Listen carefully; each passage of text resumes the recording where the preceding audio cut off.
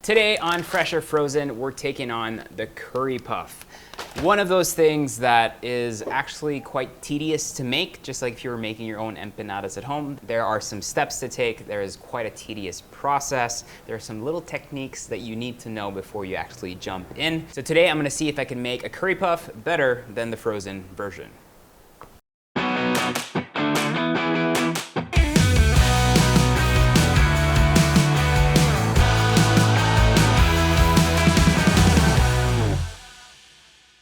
So the first thing we want to make is our dough. Simply mix together some flour, cold butter, and some water. Don't worry, this does not have to be perfectly smooth. Just work it and knead it until you have something that comes together in a ball.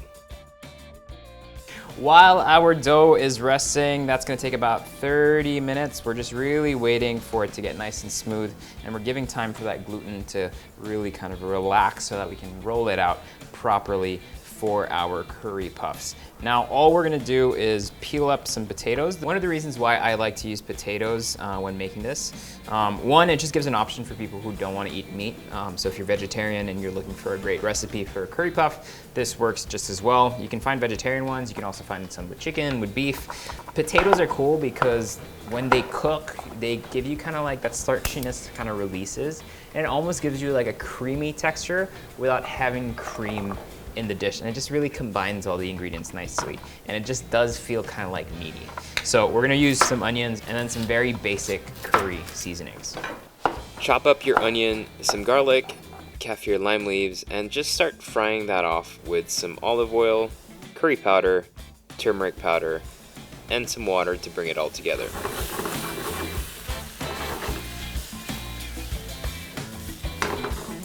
Season this with some sugar and some salt. So all our flavors are nice and together. So one thing I like to do, I don't want to do that, but one thing I like to do right before using it is just squashing out the potatoes just a little bit so that it really just makes it feel more like a paste. While waiting for our potatoes to finish off, we're gonna go ahead and start working on our dough. So this is nice, compact, and smooth. So now what we're gonna do is basically break off a section, work it into a ball.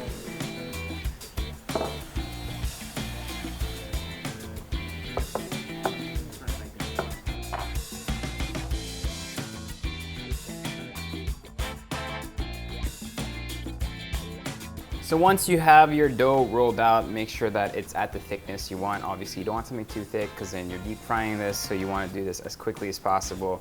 Really important, your filling, so basically our potato curry here, has to be nice and cold. Remember, we have some fat in here, so if it's too hot, the fat might kind of like melt over, and then that's why we keep it in the fridge, to make sure that it stays together. Now, all we need to do is wrap it. So we have a nice circular shape here, and we're just gonna fold it as simply as possible. Something to keep in mind when you're doing this, it's really important because we're deep frying this to make sure that we push out as much of the air pockets as possible so that it doesn't break or kind of like pop or crack in the oil. The simplest way to kind of close it would be, you can use a fork, kind of do one of the things. You can also just crimp it a little bit also, up to you what designs you're comfortable with. The most important thing is that it actually just seals. See, mine looks like a dumpling. It doesn't look like a curry puff.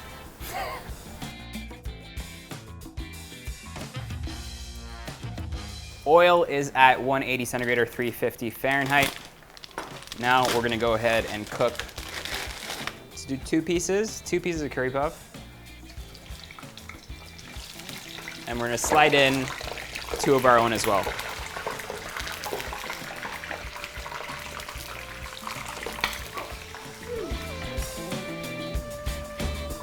Okay, so once you have this beautiful kind of golden brown color, we can go ahead and remove it.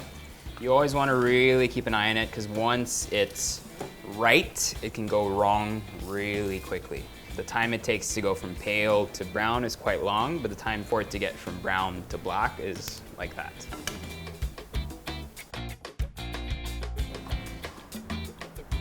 All right, this is ours, just to show you the cross section. And then this is frozen one.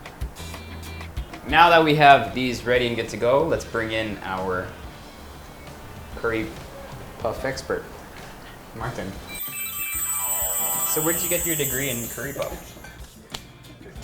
Here and there, experience. Okay, we have, well, curry puffs. Try this one. Filling's pretty good. Oh my god, can you just pick it up with your fingers?